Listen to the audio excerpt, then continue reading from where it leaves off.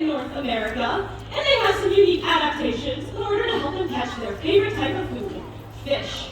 For starters, they have incredible eyesight that allows them to easily spot fish underneath the veil of water. They also have a rough and bumpy texture on their feet that acts like Velcro to a fish's scales. It helps them hold on to their slippery prey before it can wriggle away.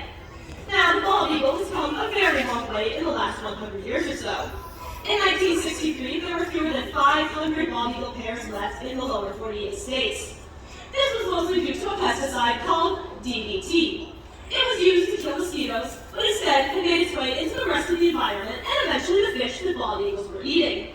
We were scarily close to losing our national symbol completely.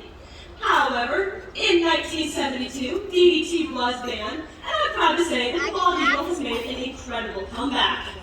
In the lower 48 states today, there are more than 71,000 bald eagle pairs. And what's even better than this, in 2007, the bald eagle was officially removed from the federally endangered species list. Woohoo! So how about that? Yeah! Our national symbol.